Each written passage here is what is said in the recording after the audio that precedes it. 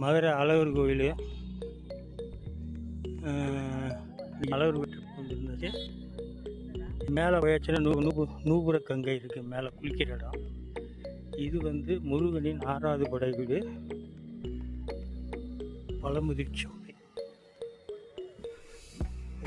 பழமுதிர்ச்சோலை யார் யார் பார்க்கலையா பார்த்துக்கோங்க. மலை மேலே இருக்குது அழகர் கோவில். மலை மேலே கீழே வந்து கள்ளழகர் இருக்கிறாரு மலை அடிவாரத்தில். மேலே வந்து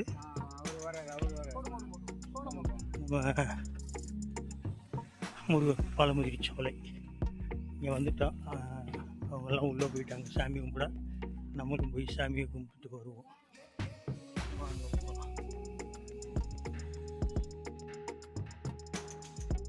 எடுத்து பயங்கரமாக கட்டியிருக்கிறாங்க. இதுதான் வந்து மெயின் சன்னதி. இது இந்த பக்கம் நல்லா பெருசாக கட்டியிருக்கிறாங்க ஆள். இதுலேயும் வந்து அருள்மிகு விநாயகர், அருள்மிகு முருகன் வள்ளி தெய்வானை, அருள்மிகு சண்முகர் வள்ளி தெய்வானை, இதே சாமி தான் அங்கே மெயின்லேயும் இருக்குது. இது பெரிய ஹாலாக இருக்குது.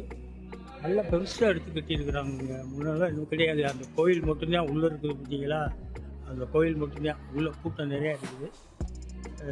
நான் அப்படியே சுற்றி பரவாயில்ல சுற்றி வந்துட்டேன்.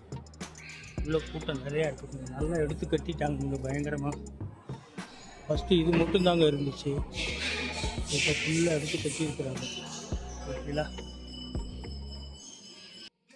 ஓகே மக்களை, சாமி கும்பிட்டு இதுதான் மெயின் சாமி இது பார்த்துக்கோங்க. அப்படி நம்ம வண்டிக்கிட்ட போயிடுவோம்.